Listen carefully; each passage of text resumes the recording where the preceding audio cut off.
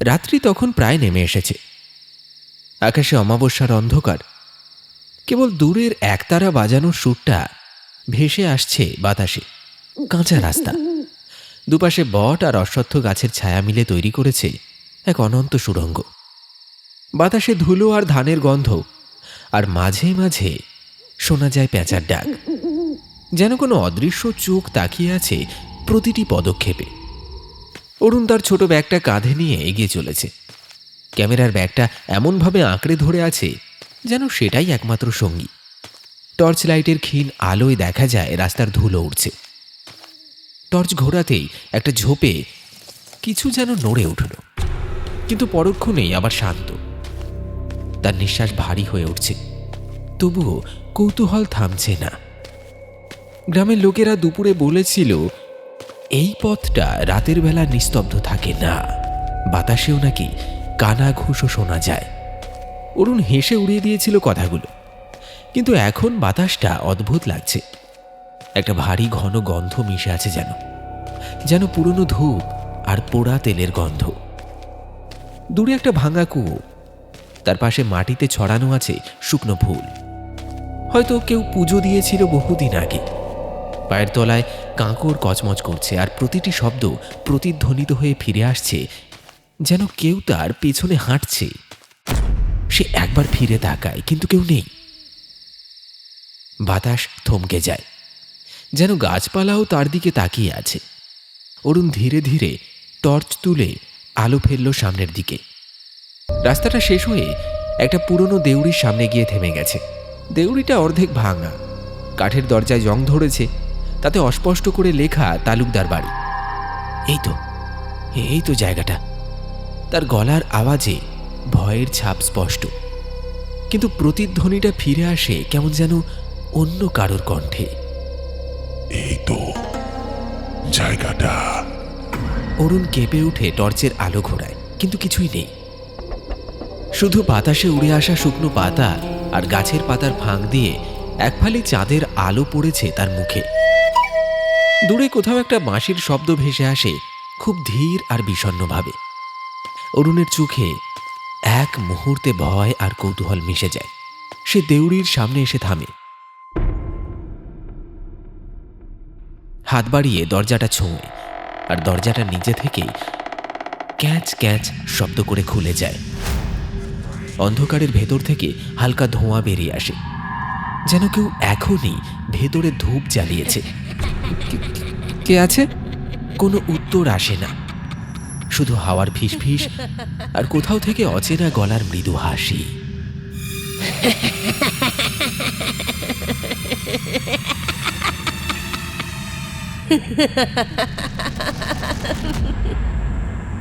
অরুণ যখন দেউড়ির দরজা ঠেলে ভেতরে ঢোকে, একটা ভারী ধাতব শব্দ ছড়িয়ে পড়ে চারিদিকে। মনে হয় যেন অনেক বছর পর দরজাটা এমনভাবে নড়ল। বাতাস যেন আচমকা ভারী হয়ে গেল। হালকা ধুলো আর ধূপের গন্ধে মিশে গেল বাতাস। টর্চের আলোয় দেখা গেল সামনে বিস্তীর্ণ এক আঙিনা। ঘাসে ঢেকে গেছে সব পথ, আর মাঝখানে একটা শুকনো কুয়ো, আর চারপাশে ভাঙা দেয়াল, যেন সময়ের দাঁত কামড়ে ধরেছে। দেউড়ির মাথায় একটা পেতলের নাম ফলক, আধা ভাঙা, কিন্তু কিছু অক্ষর পড়া যায়। লুকদার বাড়ি, 1893। আলো পড়তেই ফলকটা এক মুহূর্তের জন্য চকচক করে উঠল, তারপর আবার নিভে গেল, যেন কেউ ভিতর থেকে নিঃশব্দে নিঃশ্বাস ফেলল। অরুণের গলার কাছে গরম হাওয়া এসে লাগলো। সে একবার ঘাড় ঘুরিয়ে তাকালো, কিন্তু কেউ নেই। কিন্তু কোথাও একটা পর্দা নড়ল, যদিও বাতাস নেই। রাতের আকাশে ঝুলে থাকা চাঁদটা হঠাৎ মেঘে ঢাকা পড়ল, চারদিকে ছায়া ঘন হয়ে উঠল। দূরে একটা পেঁচার ডাক, আর তারপর হঠাৎ চুপ। অরুণের টর্চের আলো কাঁপছে। সে টের পেল হাতের তালু ঘেমে গেছে। এই বাড়িটা তো অনেকটা ভয়ঙ্কর। মনে হচ্ছে যেন ঘরের ভিতর কেউ নিঃশ্বাস নিচ্ছে। শব্দটা বলা মাত্র কোথাও থেকে যেন খুব হালকা একটা ফিসফিস আওয়াজ ভেসে এলো।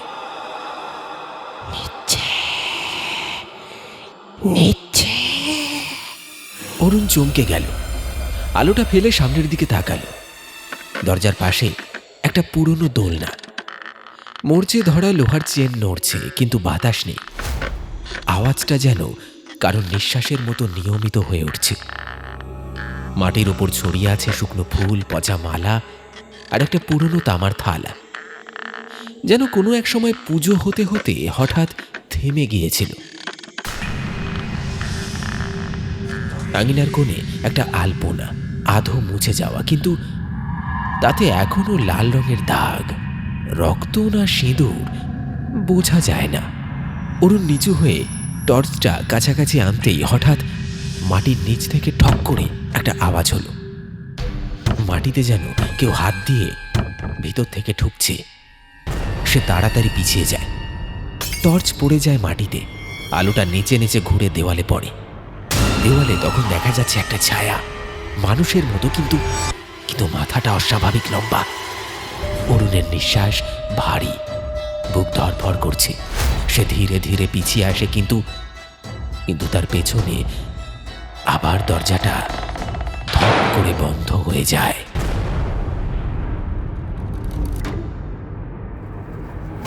কে কে ওখানে? কোনো উত্তর নেই। শুধু দোলনার চেনের কটকট শব্দটা চলছে এক তালে, একই ছন্দে। বাতাসে আবার সেই পরিচিত গন্ধ, পুরনো ধূপ আর পোড়া তেল। আর এক কোণ থেকে অতি ক্ষীণ কণ্ঠে যেন কেউ হাসছে।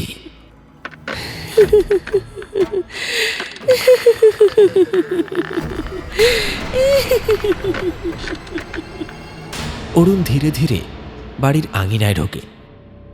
টর্চের আলো মাটিতে পড়েছে, কিন্তু আলো যেন আলো নয়, ধোঁয়াটে, ভারী, যেন সময়ের গা ঘেঁষে হাঁটছে।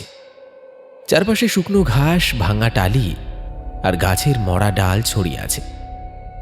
বাতাসের গায়ে এক অদ্ভুত গন্ধ, পচা কাঠ, পুরনো ধূপ আর শুকনো ফুলের। দূরে দেখা যায় একটা কাঠের চৌকি, অর্ধেকটা ভাঙা, তাতে ধুলো জমে আছে। পাশেই একটা ভাঙা রেডিও, যেন কেউ বহুদিন আগে হঠাৎ করে বন্ধ করে রেখে চলে গেছে।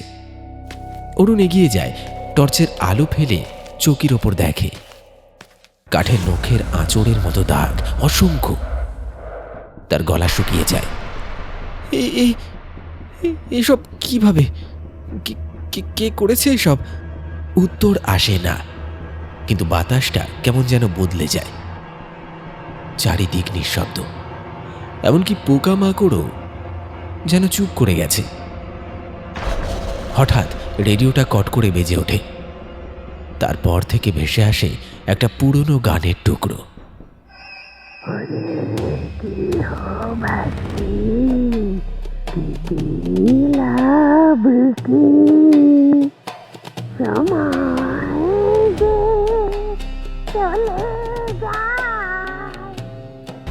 অরুণ থমকে যায়। তার চোখ টর্চের আলোয় স্থির হয়ে থাকে রেডিওর দিকে। আলো টলমল করে, যেন সেই গানের ছন্দে কাঁপছে। রেডিওর ডায়ালে একটা পুরনো আঙুলের ছাপ দেখা যায়। তাজা মনে হয়, যেন একটু আগে কেউ ছুঁয়েছে। সে রেডিওর কাছে গিয়ে আস্তে করে স্পর্শ করে, কিন্তু সঙ্গে সঙ্গে গানটা থেমে যায়। নিস্তব্ধতা আবার নেমে আসে, কিন্তু এখন নিস্তব্ধতার ভেতরেও একটা মৃদু শ্বাসের শব্দ, দেয়ালের দিক থেকে খুব কাছে, একেবারে কানের পাশে। অরুণ ঘুরে তাকায়। টর্চের আলো দেয়ালে পড়ে। দেওয়ালে ঝুলছে পুরনো কিছু ফ্রেম, সবই এক পরিবারের ছবি, কিন্তু প্রতিটি মুখে এক অদ্ভুত ছায়া। আর শেষ ছবিটায় এক মেয়ের মুখ, শান্ত, কিন্তু চোখ দুটো কালো দাগে ঢাকা। এটা কি? মুহূর্তে রেডিও আবার বেজে ওঠে। এবার শুধু ফিসফিস আওয়াজ, কোনো গান নয়। শব্দটা যেন খুব ধীরে ধীরে এক বাক্য গঠন করছে। ফিরে এসেছো অবশেষে। অরুণ পেছনে সরে আসে, কিন্তু পিছনে কিছু একটা পায়ের তলায় মচমচ করে ভাঙে। সে নিচে তাকায়। একটা ভাঙা বালা, তার মধ্যে লেগে থাকা শুকনো রক্তের দাগ। হঠাৎ বাতাস বইতে শুরু করে। রেডিওর অ্যান্টেনা নিজে থেকেই ঘুরছে। চৌকিটা কেঁপে উঠছে। মনে হয় কেউ এখনো বসে আছে তাতে, অদৃশ্য কিন্তু বাস্তব। অরুণের টর্চ নিভে যায়। শেষ দৃশ্যটায় শুধু দেখা যায় রেডিওর ক্ষীণ আলোতে চৌকির উপর একটা অস্পষ্ট ছায়া, যা ধীরে ধীরে মাথা তুলে তাকাচ্ছে তার দিকেই। অরুণ আঙ্গিনার একপাশে ভাঙা বারান্দা পার হয়ে একটা কাঠের দরজার সামনে এসে দাঁড়ায়। দরজাটা অর্ধেক ভাঙা, তাতে পুরনো নীল রঙের ছাপ আর মলিন অক্ষরে লেখা শিক্ষাই আলো। কিন্তু সময়ের দাগে আলো শব্দটা মুছে গিয়ে কেবল আল রয়ে গেছে, যেন জ্ঞানের জায়গায় এখন কেবল অন্ধকার। অরুণ দরজা ঠেলে ভেতরে ঢোকে।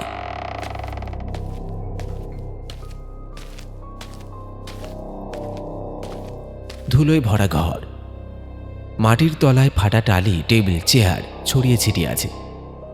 টর্চের আলোয় দেখা যায় দেয়ালে ঝুলে থাকা পুরনো স্লেট, আর তাতে চক দিয়ে কেউ একসময় লিখেছিল আজকের পাঠ, স্বাধীনতা ও ত্যাগ। লেখাটা অর্ধেক মোছা, কিন্তু অরুণের মনে হয় চকটা যেন এখনো ভেজা।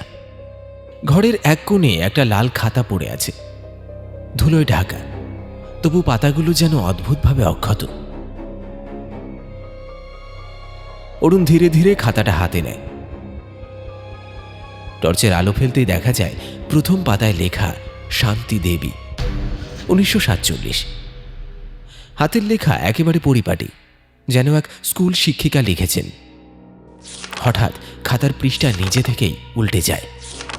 বাতাস থেমে আছে, তবু পাতাগুলো ঘুরছে, যেন কারো অদৃশ্য আঙুল ছুঁয়ে যাচ্ছে প্রতিটি শব্দ। অরুণের গলা শুকিয়ে আসে। সে নিচু গলায় বলে, কে আছো? কে আছো এখানে? কিন্তু কোনো উত্তর আসে না। শুধু খাতার পৃষ্ঠা থেমে যায় এক জায়গায়, আর সেই পাতায় লেখা আজ স্কুল বন্ধ করা হলো। সবাই চলে গেছে, কিন্তু আমি থাকব। অরুণের টর্চ কাঁপতে থাকে। আলোর মধ্যে মেঝের ওপর ছায়া পড়ছে, এক নারীর ছায়া। খাতার উপর ঝুঁকে বসে আছে, যেন এখনো লিখছে। রেডিওর ভাঙা শব্দ দূর থেকে ভেসে আসে। এবার সেই কণ্ঠটা স্পষ্ট। তারপর খাতার পৃষ্ঠায় কালি ছিটিয়ে যায় নিজে থেকে, আর তৈরি হয় এক অচেনা শব্দ, ফিরেছ। অরুণ এক পা পিছিয়ে যায়, কিন্তু টেবিলের নিচে কিছু একটা ঠোকাঠুকির শব্দ হয়। সে আলো ফেলে দেখে একটা পুরনো স্যান্ডেল, একজোড়া মহিলার পায়ের চিহ্ন, একেবারে তাজা ধুলোর স্তর। দরজার পাশে ঝুলে থাকা ঘড়িটা হঠাৎ চলতে শুরু করে, টিক টিক টিক, যেন সময় আবার সেই 1947 সালে ফিরে যাচ্ছে। অরুণ হঠাৎ দেখে দেয়ালের ছায়ায় ক্লাসরুম ভর্তি ছাত্রছাত্রীর মূর্তি। সবাই একসাথে তাকিয়ে আছে তার দিকে। মেয়েটি শান্তি দেবী, টেবিলের পাশে দাঁড়িয়ে, মুখ অন্ধকারে ঢাকা, শুধু ঠোঁট নড়ছে। বইটা বন্ধ করো না, ক্লাস এখনো শেষ হয়নি। টর্চ নিভে যায়, ঘরটা আবার অন্ধকার। শুধু একটাই শব্দ, খুব ধীরে, কোথা থেকে যেন আসে, চলবে। রাত গভীর। দূরের মাঠে কুয়াশা নেমেছে, আর বাঁশবনের ফাঁক দিয়ে চাঁদের আলো পড়েছে ছায়ার মতো। অরুণ তালুকদার বাড়ি থেকে বেরিয়ে আসে, হাতে সেই লাল খাতা। নিস্তব্ধতা এত ঘন যে নিজের পায়ের শব্দেও বুক কেঁপে ওঠে। গ্রামের শেষ প্রান্তে একটা মাটির দাওয়ায় বসে আছে এক বৃদ্ধা। চুল সাদা, কুঁকড়ে যাওয়া মুখ, চোখ দুটো যেন ছায়ায় ঢাকা। পাশে একটা বাতি, আর গামলায় কিছু শুকনো তুলসী পাতা। অরুণ এগিয়ে গিয়ে থামে। বাতাসে ধূপের গন্ধ, কিন্তু বাতির শিখাটা বারবার দুলছে, যেন তার উপস্থিতি পছন্দ হচ্ছে না কাউকে। আচ্ছা বুড়িমা, এই বাড়িটা নিয়ে আপনি কিছু জানেন?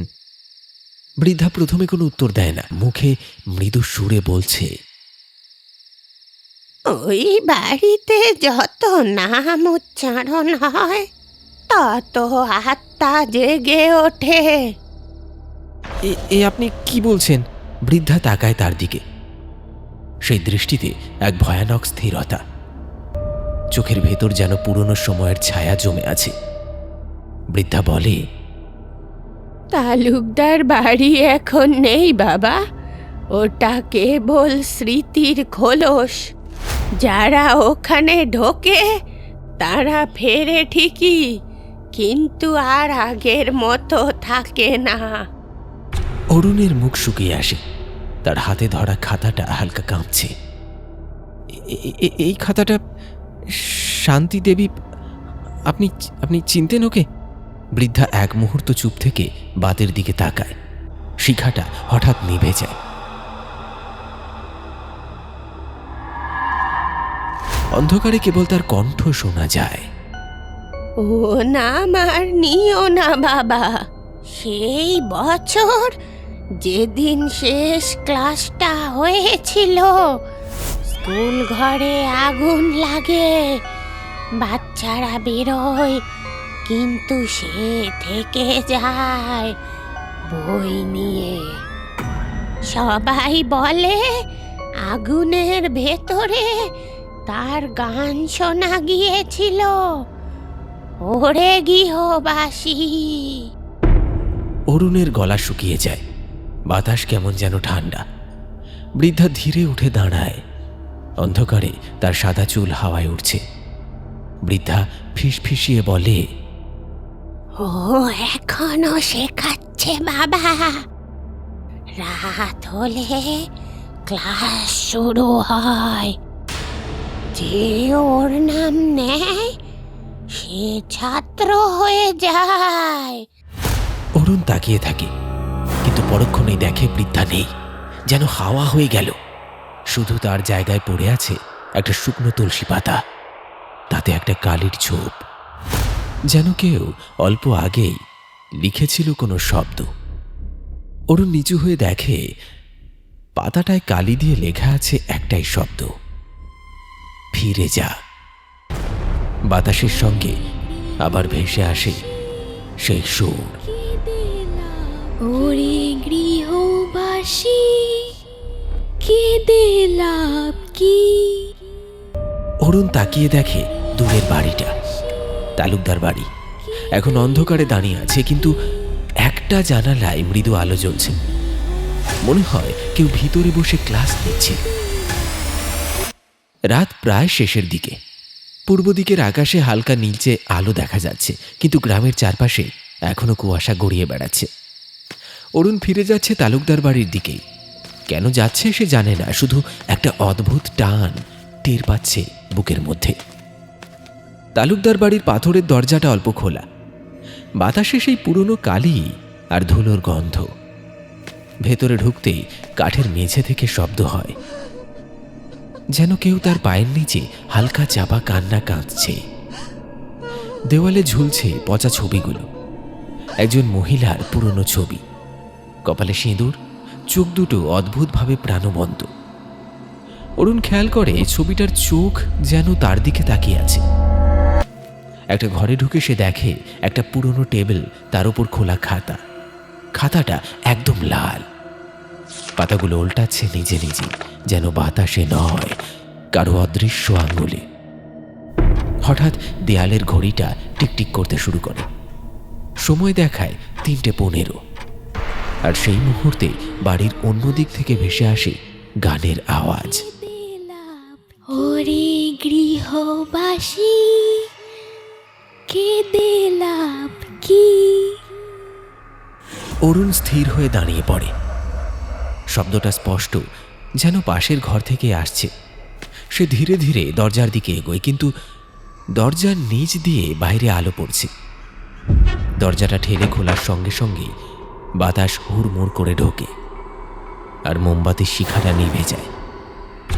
অন্ধকারের টেবিলের ওপর খাতাটা নিজে নিজেই উল্টে গিয়ে থেমে যায় একটা পাতায়। পাতায় লেখা আছে কেবল 3টে শব্দ, কাঁপা কাঁপা হাতে, আমি এখনো শেখাই। অরুণের বুকের ভেতর কাঁপন শুরু হয়। হঠাৎ পেছন থেকে কারোর নিঃশ্বাসের শব্দ আসে, ধীরে, ভারী আর একেবারে কাছে। সে ধীরে পেছনে ঘুরে দেখে কেউ নেই, কিন্তু দেয়ালে একটা ছায়া, একজন মহিলার, শাড়ি পরা, হাতে খাতা, আর মুখ দেখা যায় না। ছায়াটা ধীরে ধীরে নড়ে, টেবিলের পাশে এসে দাঁড়ায়। অরুণ কাঁপা গলায় বলে, কে কে কে আপনি? কিন্তু কোনো উত্তর নেই, শুধু বাতাসে বইয়ের পাতা উল্টে যায়। ওরে গৃহবাসী, কেঁদে লাভ কি? ছায়াটা হঠাৎ থেমে অরুণের দিকে তাকায়। চোখ দুটো দেখা যায় এবার, কিন্তু সেটা মানুষের চোখ নয়। ওগুলো যেন ধোঁয়ার মতো, গভীর অথচ ফাঁকা। আর পরক্ষণেই পুরো বাড়িটা যেন শ্বাস নেয়। সব দরজা একসঙ্গে বন্ধ হয়ে যায় ঠাস শব্দে।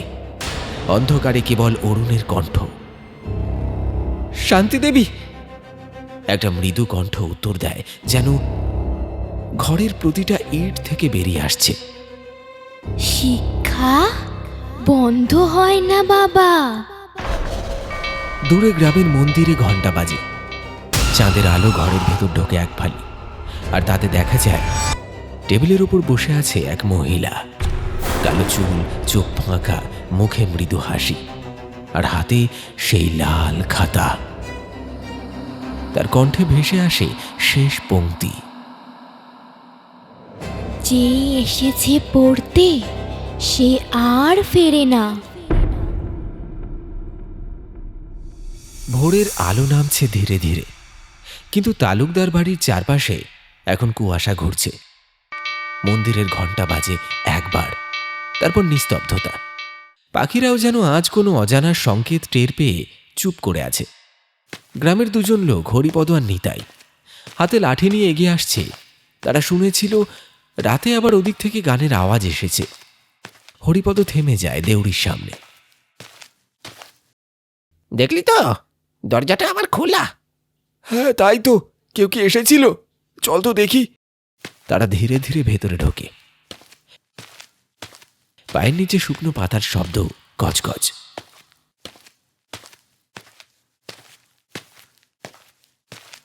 ঘরের ভিতর বাতাস থমথমে।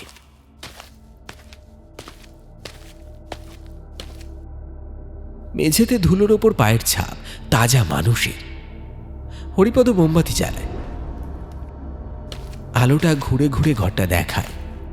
টেবিল, চেয়ার, দেয়ালে পচা ছবি, আর এক কোণে খোলা একটা লাল খাতা পড়ে আছে। নিতাই নিচু হয়ে খাতাটা তুলে নেয়। পাতায় লেখা অরুণের হাতের কাঁপা কাঁপা অক্ষরে। আমি দেখেছি তাকে, তিনি এখনো শেখান। আমার ভয় করছে, কিন্তু কিছু টানছে আমায়। যদি না ফিরি, জানবে আমি তার ক্লাসেই আছি। নিতাইয়ের গলা শুকিয়ে যায়। এই লেখাগুলো নতুন, রাতেই লিখেছে কেউ। অরুণের খাতা। ঘরের ভিতর হালকা বাতাস বয়ে যায়, আর সেই সঙ্গে দেওয়ালের ঘড়িটা আবার টিকটিক করতে শুরু করে। সময় দেখায় 3:15। কিন্তু এখন তো ভোর 6টা বেজে গেছে। হরিপদ ঘড়িটার দিকে তাকিয়ে বলে, ওই সময় তো শান্তি দেবী মরেছিলেন। হঠাৎ ঘরের এক কোণ থেকে শব্দ আসে, চকচক চকচক, যেন কেউ ব্ল্যাক বোর্ডে চক দিয়ে কিছু লিখছে। দুজনেই তাকায়। দেওয়ালের ওপর নিজে নিজে কিছু লেখা হচ্ছে অদৃশ্য হাতে। অরুণ আজ ভালোভাবে পাঠ নিয়েছে। দুজনেই ভয় পেয়ে পিছু হটে যায়। মোমবাতিটা হাওয়ায় নিভে যায়। তারপর কেবল কুয়াশার ভেতর থেকে ভেসে আসে মৃদু গান।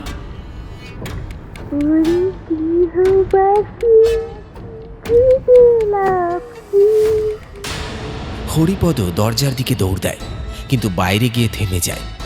বাড়ির সামনে মাটিতে অরুণের ক্যামেরাটা পড়ে আছে, ভাঙা, আর তার পাশে একজোড়া পায়ের ছাপ। একজোড়া খালি পা যেন হালকা হেঁটে গেছে ভেতরের দিকেই, দেওয়ালের ভেতরে। সূর্যের আলো ফুটে, পাখিরা ডাকতে শুরু করে, কিন্তু তালুকদার বাড়ির ভেতর সেই আলো ঢোকে না। ভেতরে এখনো অন্ধকার, আর দূরে মৃদু প্রতিধ্বনি, যে এসেছে পড়তে সে আর ফেরে না।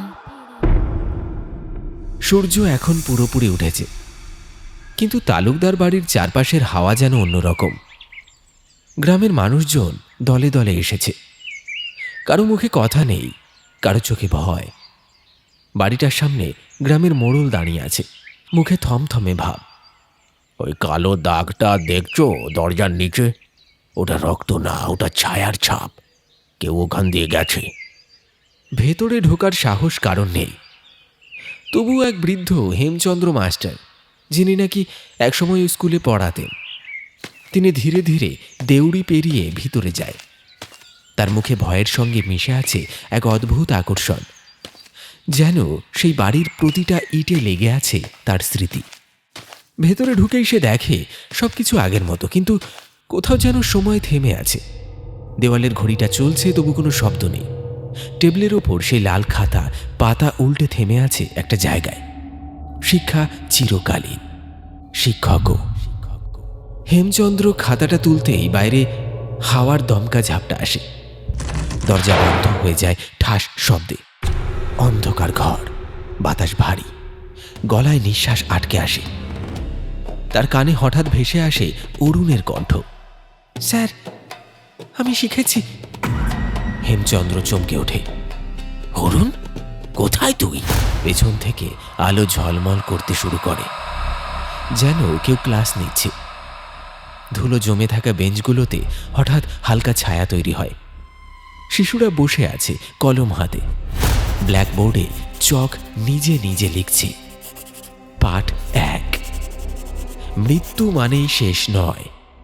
হেমচন্দ্র পিছিয়ে আসে। তার সামনে দাঁড়িয়ে এখন এক ছায়ামূর্তি। মেয়েটি শান্তি দেবী, শাড়ি পরা, মুখ শান্ত কিন্তু চোখ ফাঁকা, হাতে সেই লাল খাতা।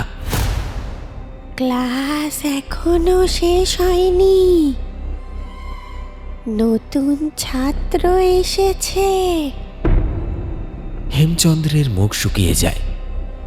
তুমি তুমি এখনো পড়াও? পড়াই, যতদিন কেউ জানতে চায় জ্ঞানের মূল্য। আলোর মধ্যে দেখা যায় অরুণকে। সে বেঞ্চে বসে আছে, শান্ত মুখে খাতায় কিছু লিখছে। তার চারপাশে অন্য ছায়া ছায়া ছাত্রছাত্রী। ঘরের বাতাস ভারী হয়ে ওঠে। দেওয়ালে ঘড়ি আবার বেজে ওঠে। Tick tick tick tick, 3:15। তারপর সব আলো নিভে যায় একসাথে। বাইরের লোকজন শুনতে পায় ঘন্টা বাজছে। 1, 2, 3। কেউ জানে না কে বাজালো, কিন্তু মন্দিরের দিক থেকে বাতাসে ভেসে আসে একই গান। ওরে গৃহবাসী, কেঁদে লাভ কি? ভেতরে দরজাটা ধীরে ধীরে খুলে যায়, আর সূর্যের আলো ঢুকে পড়ে খালি ঘরে। কেউ নেই, শুধু টেবিলের ওপর লাল খাতাটা খোলা। পাতায় লেখা শেষ লাইন। এই পাঠ শেষ নয়, পরের জন আসুক।